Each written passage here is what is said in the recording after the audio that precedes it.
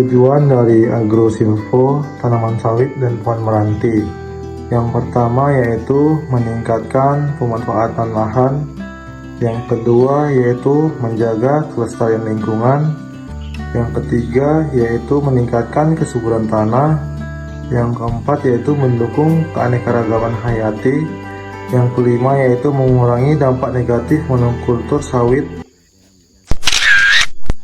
Pada perkebunan kelapa sawit ini, kelapa sawitnya sudah berumur 25 tahun, sedangkan tanaman merantinya baru berumur 19 tahun.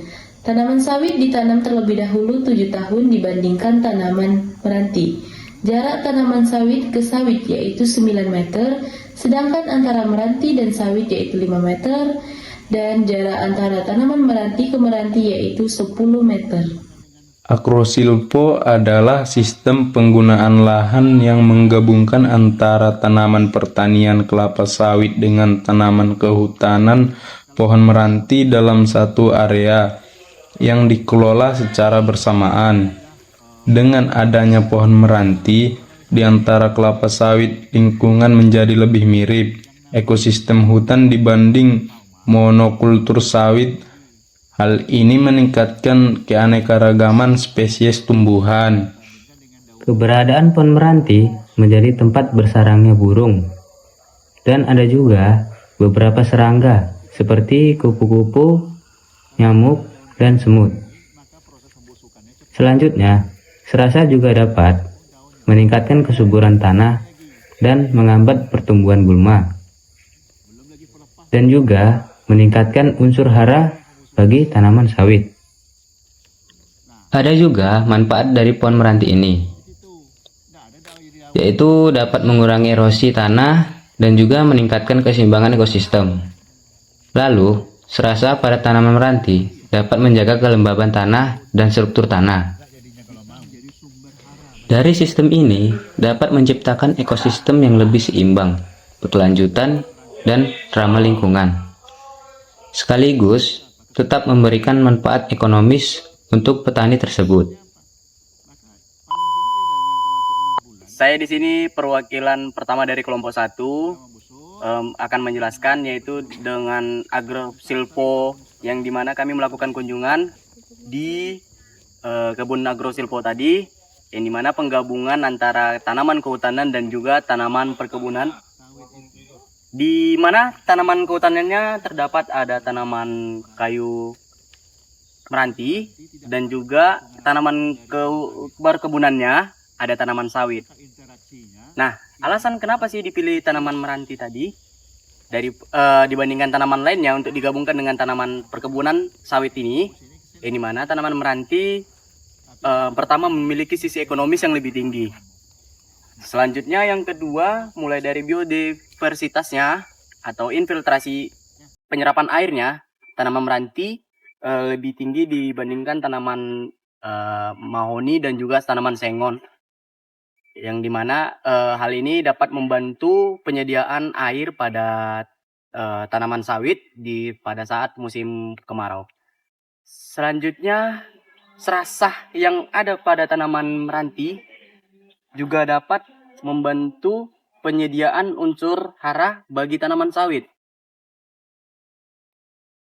Ada juga kegunaan lain dari tanaman meranti ini, yang dimana tanaman kayu meranti ini memiliki minyak resin yang dapat mengurangi dari kehadiran dari hama penggerek batang. Nah, jadi pada pola sistem agrosilvopastura ini untuk tanaman meranti mengikuti pola mata 5 pada tanaman sawit, yang mana tanaman meranti ini berada di tengah-tengah antara tanaman sawit. Nah, tetapi sebaiknya tanaman meranti ini ditanam di gawangan mati daripada di gawangan angkong, karena dapat dilihat di sini bahwa tanaman merantinya lebih subur dibanding tanaman yang ditanam di gawangan mati dibanding gawangan angkong. Ya, pengkombinasian antara kebun sawit dengan pohon kehutanan yang bernilai ekonomi tinggi. Nah, jadi nanti sebenarnya dari tadi pas begitu Anda masuk itu kiri kanan itu sudah banyak gitu. Ya. Pak Tamsil ini ketua kelompoknya. Jadi ada kelompok-kelompok rupanya di sini ya. 3 kelompok gitu. Satu ya. Oh, satu ya. Satu kelompok berapa anggota? 13. 13 anggota ya. Jadi jadi satu-satunya di Riau ini. Saudara saya ini di bawah supervisi waktu itu Fakultas Kehutanan UGM ya. Iya. Fakultas Kehutanan UGM. Jadi daerah ini pun dulu pernah dijadikan sebagai pilot project dari Fakultas Kehutanan UGM tentang konsep agroforestry. Diterbitkan buku. Ada buku yang diterbitkan dan salah satu pohon yang dipoto itu ini. Ya, di buku itu. Memang ada juga yang dilaksanakan di Jambi, tapi sudah berakhir juga. Ada juga yang dilaksanakan di Kalimantan. Tapi untuk di Riau inilah model.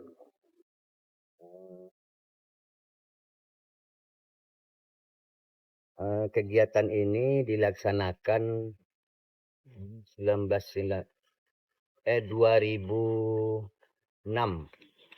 sampai sekarang itu berkisar 20 tahun ya. 15 tahun. 19 tahun. Nah, inilah besar pokok merantinya kalau ini yang agak terurus istilahnya. Selama 19 tahun itu.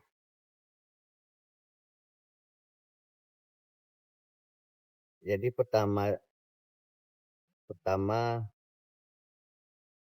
waktu ini kedatang dibantu bibit oleh BPDAS waktu itu. Jadi untuk seandainya nanti sudah replanting dan pada umur sawit sudah 7 tahun kemudian, ini untuk sistem penanamannya tetap di Pasar Mati dan Pasar Angkong atau di Pasar Mati aja, Pak? Ini saya jawab ya. Ini kalau saya punya kebijakan ya mungkin karena udah pengalaman saya di situ, mungkin di Pasar Mati aja lah. Biarlah tanaman ini dulunya 100, saya beri 5, saya potong 2 aja, 50 aja cukup saya itu. Tapi dia kondisinya ini minta seperti ini kan. Untuk apa kalau kita punya tanaman 100 tapi 50 cuma sebesar ini. Seperti itu. Nah, kan jadinya saya misalnya contoh 100 ya tanaman meranti ini dalam per hektarnya saya akan kurangi jadi setengah. Nah, seperti itu. Karena ada pengalaman ini apa ini. Jadi pasar bersih kan nggak ada yang nutup pangkal ini, dia pertumbuhannya kurang. Mungkin karena terbiasa di dalam hutan belantara itu, mungkin dia jadi budaya, jadinya karakter jadinya kan. Apanya harus tertutup. Apanya pangkalnya. Dan pokok. Nah, seperti itu. Tapi kalau mau nanti kalau kita apa kan bisa kita nutupi satu persatu batang, ya bisa ditanami mata 5 semua ya bang. Ya. Tapi karena apa ini kalau kurang mau kita merawatnya, nah misalnya kita ambil potong itu, kita tutup. Tetap seperti itu dia itu. Bisa kita tanam 100 batang jadi per hektar.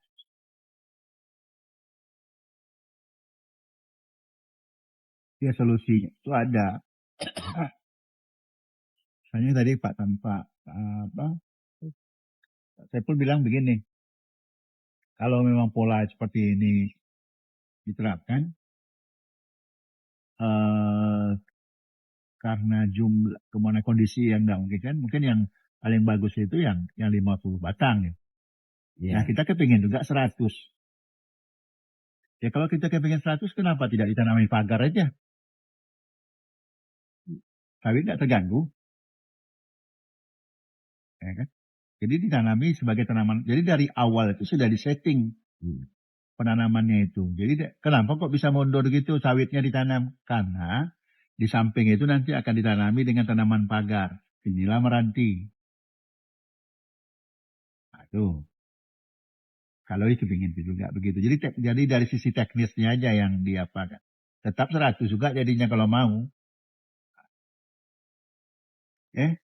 Yang lain? Makanya orang replanting sawit itu sekarang kan mencabut aja.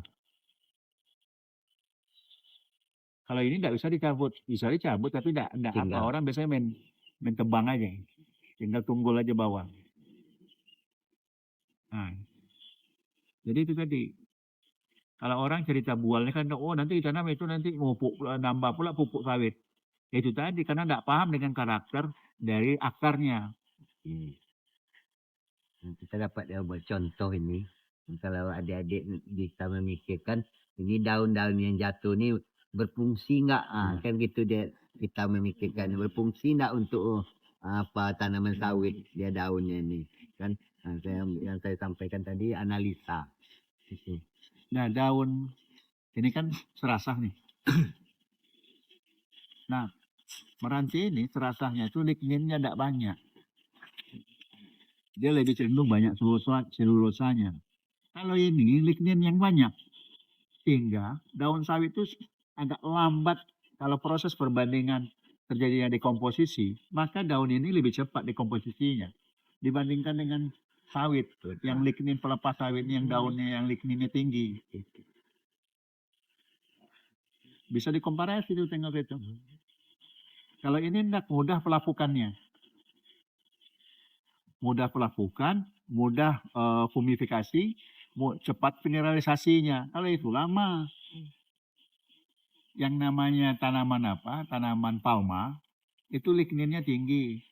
Jadi proses proses pembusukannya agak lama dibandingkan dengan daun-daun seperti ini. Nah,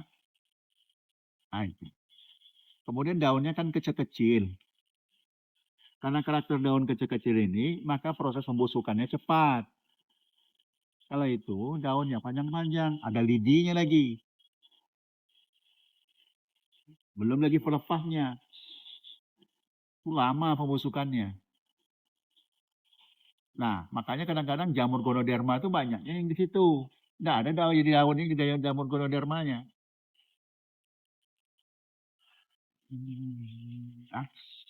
Jadi sekalian daun ini bisa menjadi sumber hara bagi tanaman.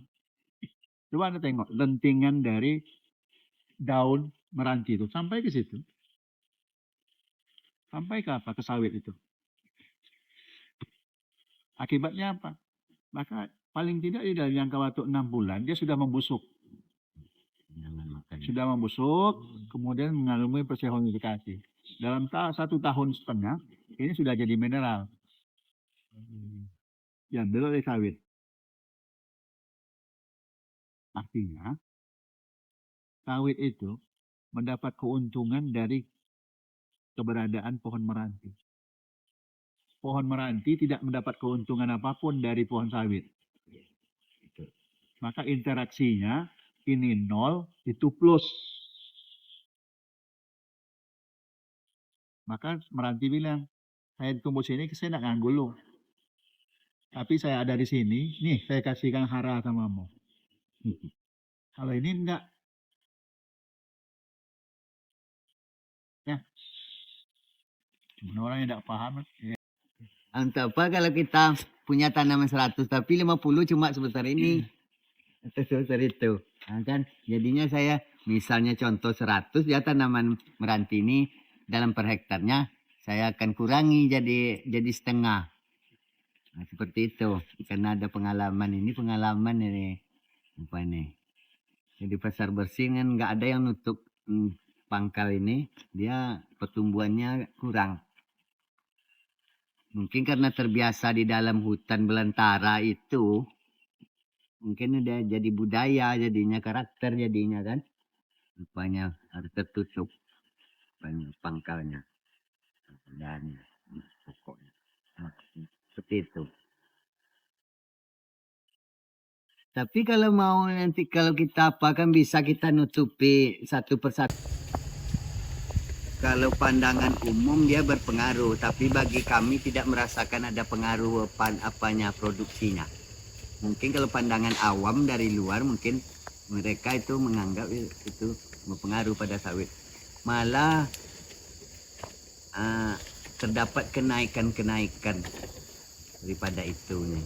Ini kan belum kita kaji betul bagaimana apanya. Sebetulnya kalau sempat kita buang dahannya itu kan sawit nih, dahan yang kita tunas, dahan meranti ini sebetulnya tidak berpengaruh dia terhadap apa. Ini contohnya masih besar ke atas pohon apanya sawitnya kan, enggak bahasa sini enggak runcing dia. Ya. Nah, itulah kiranya enggak ada sawit nih yang kecil ke atas. Dia contohnya yang terpengaruh tuh dia runcing pohonnya ke atas sawit itu. Gini, jadi kanopi dari pohon meranti ini pada prinsipnya tidak mengganggu. Sebenarnya kalau misalnya kayu itu diniatkan untuk kayu produksi, itu sebenarnya pekebun atau penanam itu harus memangkas. Jadi memangkas cabang. Jadi dari awal tuh jika cabang sudah ramai itu cabangnya dipangkas saja. Nah akhirnya cabangnya dipangkas, percabangan tidak banyak. Jadi cabang utama, percabangan bagian kanopi atas saja yang apa. Dan itu tidak melebar ke kiri ke kanan sehingga mengganggu sawit. Jadi artinya tidak menaungi sawit. Sawit ini kan tidak bisa dinaungi. Iya. Nah, jadi kalau kalian misalnya ingin menerapkan pola seperti ini, jadi begitu kalian tanam, ketika timbul percabangan, biasanya pada usia-usia 10 tahun itu, timbul cabang kiri kanannya itu dipapas cabangnya. Pertama juga membersihkan pohon, jadi pohonnya tegak lurus begitu. Kemudian kanopinya tidak melebar kemana-mana. Sebab model dari dari kayu meranti ini, itu percabangannya itu ke atas itu, dan dia cabangnya tidak besar. Jadi percabangannya itu tidak besar. Nah, yang lain?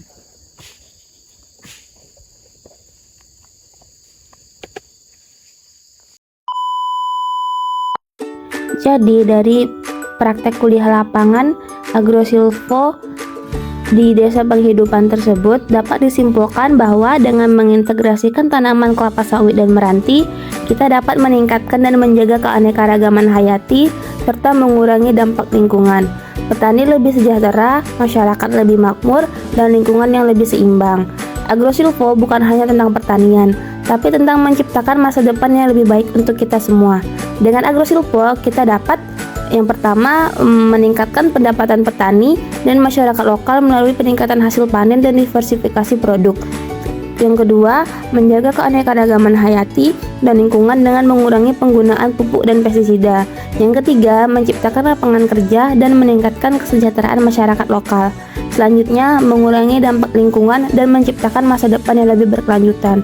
Kemudian, meningkatkan nilai jual lahan dan mengembangkan industri pengolahan produk.